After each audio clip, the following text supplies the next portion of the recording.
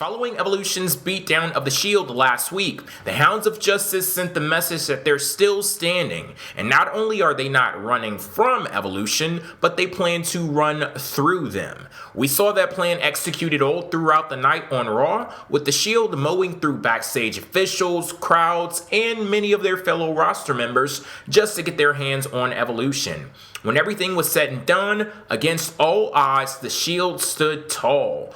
While the Shield was successful in their war games, Evolution's plans to dismantle them may have to wait until Payback when the teams meet in a rematch. A lot happened between these two factions on Raw, so where do we begin? Well, starting from the beginning, the promo that they cut was kind of awkward and blah. It was kind of uninspired, just like when they ran to the back. Standard backstage attack. Nothing really special about it besides the fact that they said that they were going to hunt him down and they immediately ran to the back. Moving forward, though, when Evolution come out to cut their own promo with Batista just standing over and saying, "I'm sick of this shit. Roid rage." You had Evolution suddenly get attacked by the Shield, which was another funny moment because you had Triple H, "You will believe." And it was just like, where the fuck did they come from? And, you know, that was a funny moment for me, at least.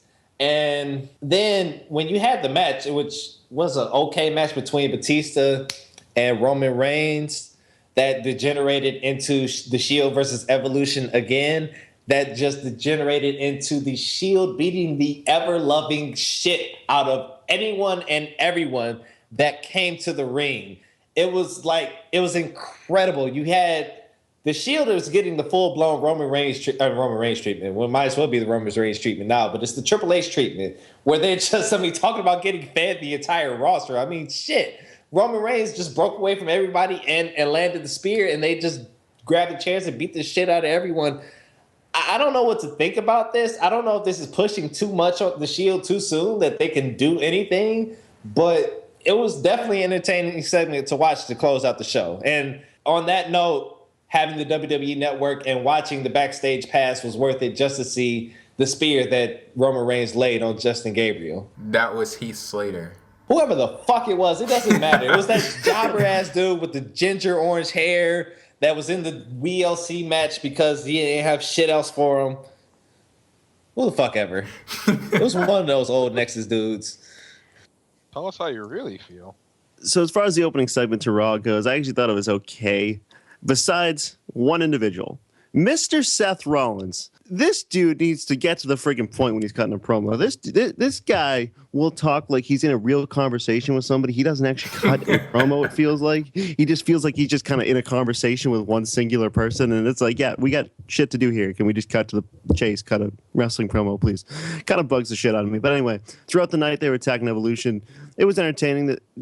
The ending match, a lot of people would say, why would they book Batista versus Roman Reigns? That's stupid. Well, the reason for that is that the other two matches that could have happened are, they're going to make you pay for those. So that's the way that ended up happening. The closing segment was wildly entertaining. I will say, if John Cena broke free of that crowd and speared Triple H, we would have shit, like, we would be burning down corporate headquarters right now. But, you know, I'm fine with Roman Reigns not getting criticized for it. Because at the end of the day, I don't really care about the credibility of anybody that was in that ring. So it's really not important to me. The Shield, they're building up a lot of momentum here against Evolution.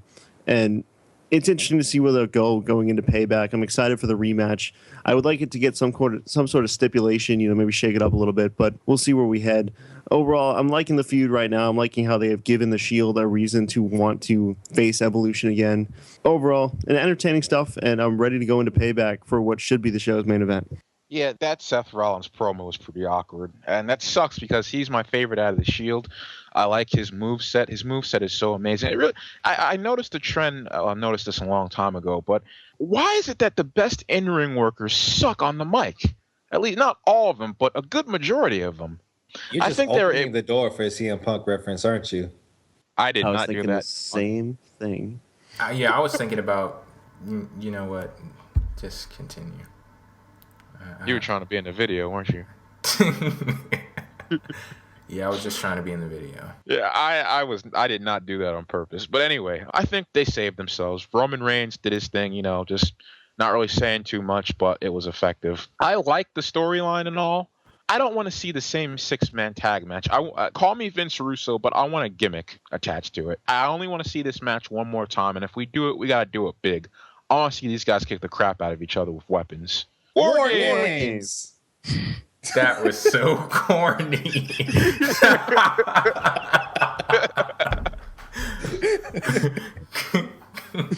War Games, War Games. It's War Games. Perfect. That's exactly what I'd like to see. Although I hear they can't really do that because of the setup. I mean, they could move around the chairs a bit, but that cut into the. Or you could just do it with one ring. Nobody's gonna fucking notice. Yeah, nobody cared about WCW. Well, I mean, as long as you're not counting the DVD sales. Yeah, I really want them to do some kind of gimmick match. Don't repeat the same thing.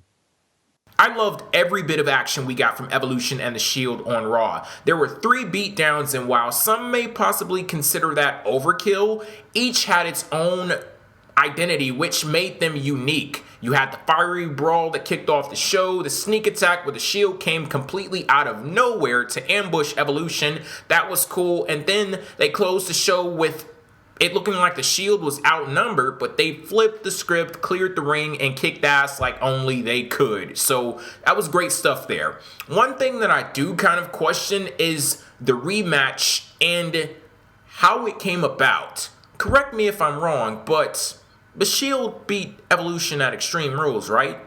Yes. Shh, you're not supposed to remember that. Correction: Roman Reigns pinned Batista. But Triple H mentioned it. Not only did they beat them, but it was pretty handily, actually. And after all of that, they end up challenging the people they beat to another match. It's like, hey, we already proved we're better than you, so we want to face you again to prove that we're better than you again. Like, what? Well, you see, Jay, they're confident, and confidence leads to arrogance, which leads to a Greek tragedy. They haven't built themselves enough to be Greek heroes for the Greek tragedy, though. You see what you've See, started, you keep Jay? making a joke out of that. This is serious stuff. This is serious I figured stuff. you couldn't be serious when you said that was Undertaker's best match. You know what else is serious? Where the fuck is Brandon, Jay? You digress. Now, don't get me wrong. I'm not opposed to a rematch, and I damn sure won't complain about getting to see this match again, but, you know, David, I can't even call you Vince Russo, because if I call you Vince Russo, I would have to call myself that too, because I would agree there needs to be something different about the match this time around. The stakes need to be raised. Something needs to be put on the line here. Otherwise, what could the Shield possibly think they have to prove with beating Evolution again? The extra incentive not being there, it wasn't enough to disturb the flow of things for me and the way that this storyline is playing out, but I do still hope they end up going in that direction before we get to the actual match. Well, I mean, the Shield does have a history at this point of doing things that don't necessarily make sense just because of their arrogance, like attacking Batista and Orton and forcing them to reform Evolution in the first place. I mean, those are like attacks, though. I would understand the attacks just like we got on Monday Night Raw, but specifically a match. Like, you can beat the shit out of Evolution without it, actually being a match. We clearly saw that on Raw. But yeah, but it goes back to them being arrogant. Their pride is hurt because Evolution keeps coming back and saying that they're still the big boys on the block, and the Shield are like a bunch of little kids running around talking with the stick that they're waving. So they want to knock Evolution off of that mountaintop and, prove themselves to be the most dominant faction in the WWE. Fair enough, but I still think that there needs to be something extra this time around. Like War Games. Like War Games. That's what I'm talking about. Triple H likes the War Game match, so we're going to hope that he goes for it. Oh, and speaking of Triple H, I can't skate on an opportunity to give some props to my favorite wrestler of all time. So here we go. Awesome promo that he cut on Raw, where he basically took responsibility for creating the monster of the Shield. It makes a lot of sense because, pardon the pun, one of the Shield's many evolutions was their time as henchmen for the Authority. And that same confidence that the Shield is displaying and that aggression that they're using against Triple H he enabled that by letting them go out to the ring and beat the hell out of whomever he wanted them to. So he did kind of feed them to the roster, or feed the roster to them, I should say. But even after that partnership dissolved, they kept that cockiness that came with it by ignoring the fact that they're no longer in the good graces of the people in power. I think that's a nice nod to their history, and it adds another layer to the feud. I found it interesting, the pecking order that he created with which Shield member they're going to take out. Yes, very interesting, yeah. I found it interesting how he actually said he fed the roster to them. Yeah, it made sense, though. Reality era, Manny. God. Even if you take out the whole reality thing, like not look at Triple H as the head of creative, with him being in the authority, he kind of did feed the roster to them. There were times where he'd be like, okay, you know what? You want to disobey my orders as the boss around this motherfucker? Okay, you know what? Go out to the ring and you're going to be in a match. And bam, he would send the Shield out there to beat the hell out of the guy. Namely Daniel Bryan. Or a CM Punk who actually beat them. Oh, stop saying his name. Phil Brooks. You know Coach. what? Let's move on to an actual relevant subject. You better not fucking say it. The Divas. Oh my God. I That's agree. a Motherfucker. Go to the bathroom. We're walking off the show. I think we're done.